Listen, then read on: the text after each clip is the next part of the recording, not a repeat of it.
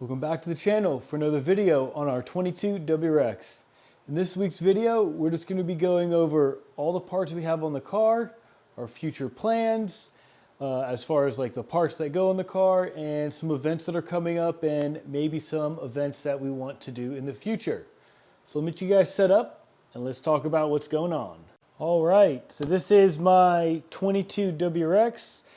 Just a quick overview of some of the parts that are on the car before we talk about some future parts and future plans for the car. This is a ETS turbo kit car. It does have a G30 900. I picked the 900 over the 770 mainly for one reason, and that's just for room to grow in the future.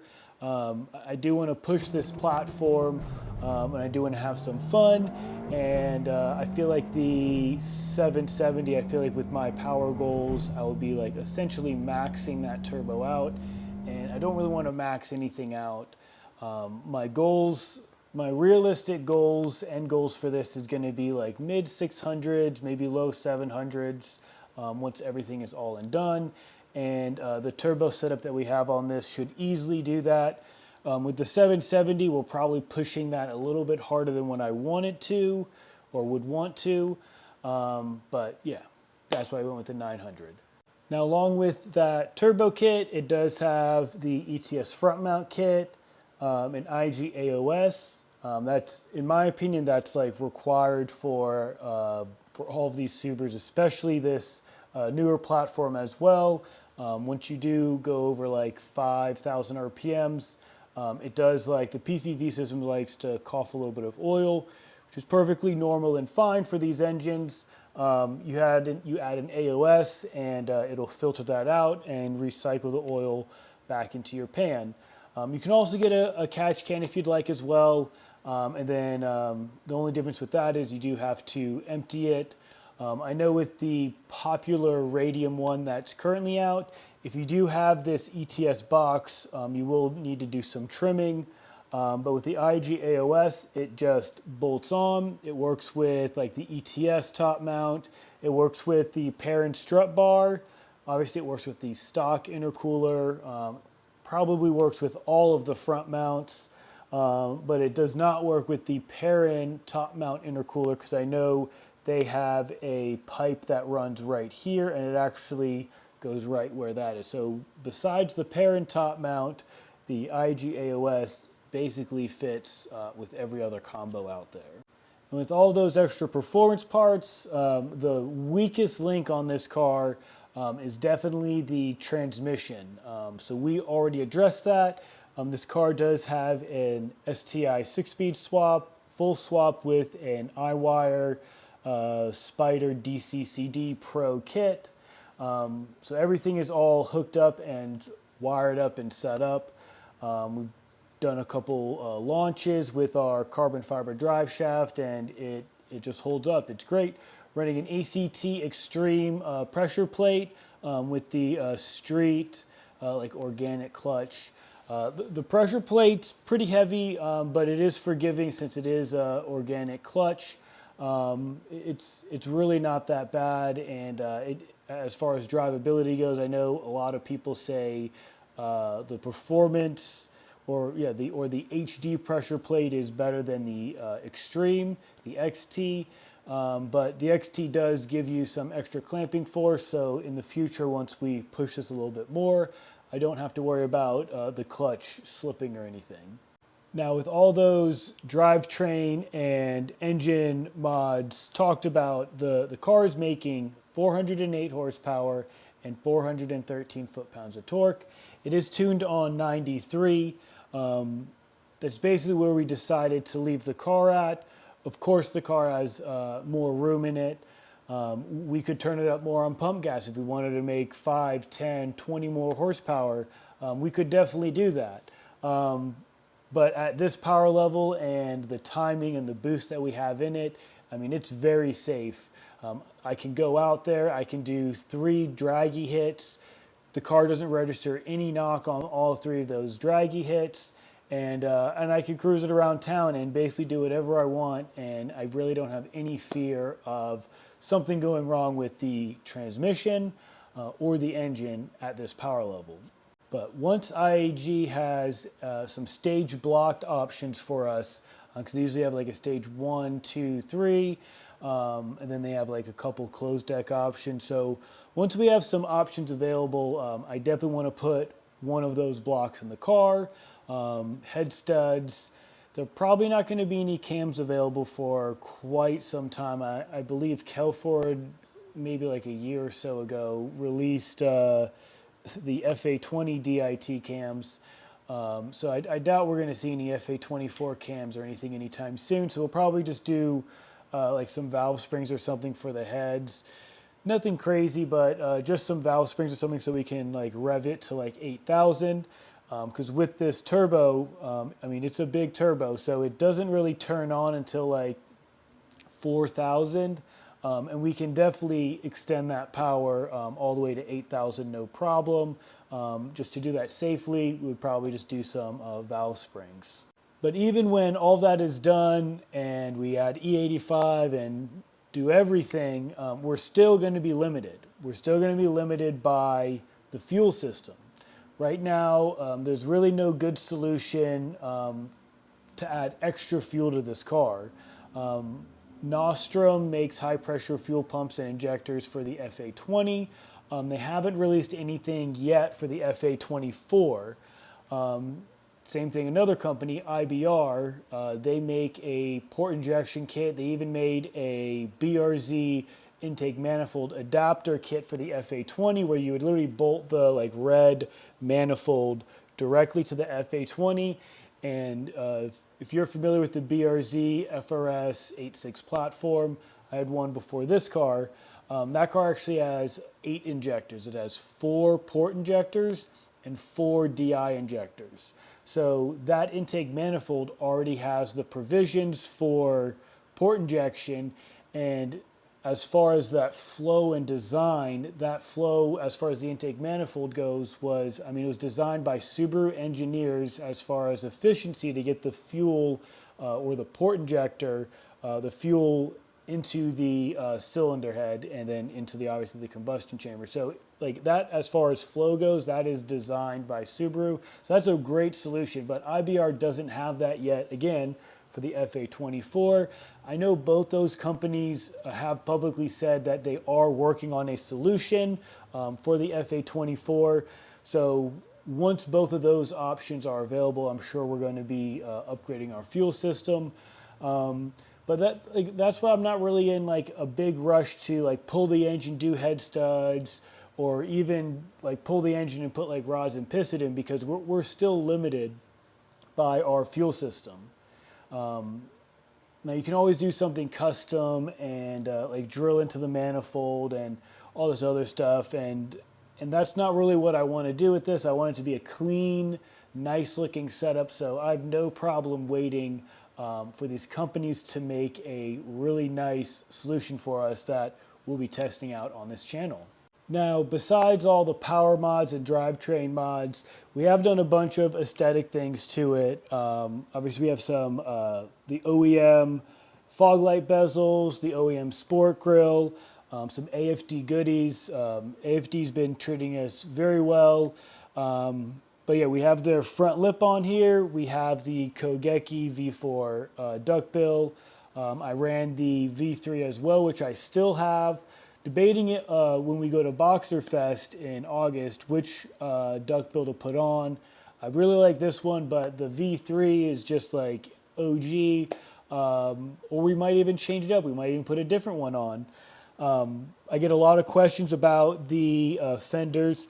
These are the Kansai Rokus, 18 by 9.5, plus 38 offset, just the standard Subaru spec. And then, yeah, about the fenders, a lot of people ask me what I'm going to do with them. I keep going back and forth if I like paint matched or gloss black. And I think I like the gloss black, but I don't know. Put in the comments below what you think I should do, maybe gloss black or painted. Hopefully I can decide and get them ordered, and hopefully installed before Boxer Fest. I would love to have my fenders changed by Boxer Fest. We don't have anything on the side skirts or anything really, so maybe we'll address that in the future. I know AFD has a nice lip kit that they recently released, so maybe we'll look into that. But overall, the car I think looks great. We have the NBR mirror covers here, and the suspension's on Fortune Auto coils. If I were to do the coils all over again, because people ask me this all the time too, I would get the exact same spec. There's all these different specs you can get. You can get Swift springs, regular springs. You can customize your spring rate. Then there's the 500, 510s. I mean, there's a bunch of different options. I literally just got the standard springs, the standard spring rates, and I got the 500. Basically the off-the-shelf standard selection, and they drive better than the OEM strut and spring. I remember with the OEM setup, it was like when you went over something, it was very abrupt. Like you hit something and you like felt that bump. I feel like the Fortunes do absorb it much better, and you do have that adjustment up top as far as if you want it like soft for like road trips, or if you're going to do like an autocross or maybe some draggy hits, you can just spin the knob and tighten it up. And obviously that adjustment is on the front and back. So when you install coilovers, I get a couple questions too about why do you need rear control arms. So Subaru didn't add any adjustments basically to the rear for suspension adjustment. You have one eccentric bolt, which is like an oval bolt on one side. So when you spin it, it will move your toe arm like in or out just a little bit, like, I don't know, I'm going to make up a number, but like 0.2, like front and back basically. All I'm trying to say is you have very little adjustment as far as toe goes. There's no adjustment for camber. So when you lower the car is going to camber in and toe in a little bit. So the only thing that the shop can do if you don't have control arms is they can adjust that eccentric bolt to get your toe correct. It'll just push the toe out just a little bit. Now, when you add control arms, you can fix that camber. Now, when you remove the negative camber, it starts to toe in again. So if you run out of adjustment on your toe arm, you're going to be towed in the back. So that's why you'll see on a lot of these websites, they sell control arms and toe arms as like a set. And I would definitely recommend just getting both of them. So when you go to the alignment shop, they can just get it perfect. Now, if you're only going like 1 inch, you're not going very low, you probably don't need the toe arm because you're not gonna have that much camber that they're gonna have to take out. Like if you lower the car and like you can physically see how much camber there is, they're not going to be able to get your toe perfect even with a control arm. You're going to need to get a toe arm with that. I am running SMY's rear setup, the control arms and toe arms, the aluminum ones. They got like a 10-year warranty on it, so better than the Subaru warranty. So basically buy it, install it, and basically forget about it because you know that part's going to last. They feel great. It was I couldn't tell if it was the coilovers or the control arms and toe arms, but it was a night and day difference obviously once everything was installed. I do also have the white line front and rear sway bars, Cobb rear end links, and I have SMY front end links. The front end links are a big hot topic on this platform early on. Some of the earlier end links that were released, they were using like an don't quote me on this, but I think it was like, they said it was like an M10 bolt, and it needed to be like an M12. So basically there was like, I'm not going to do a hand gesture like that, but basically the end link, there was play inside the end link going into the sway bar, and they basically had a little bushing or a little adapter that would fix that. And if it wasn't like super, super tight, you'd be getting a lot of clunking noises from the front. So when I installed the coils, I actually didn't, they actually didn't come with end links. So I just put the stock ones on. I never had an issue. And then I put the SMYs on and still don't have an issue because SMY did match the OEM size. Because obviously the white line sway bar is going to work with the stock end link. So the SMY end link literally just bolted right up. I just adjusted it until it just like slid right on, because when you install end links, you don't want like really any load on them. So I get a lot of questions too about how to do that. You can just jack up the control arm as well if the car's in the air. You can add load to the suspension by pushing the control arm up with like your jack, and then you can connect everything from there to just replicate if the car was on the ground.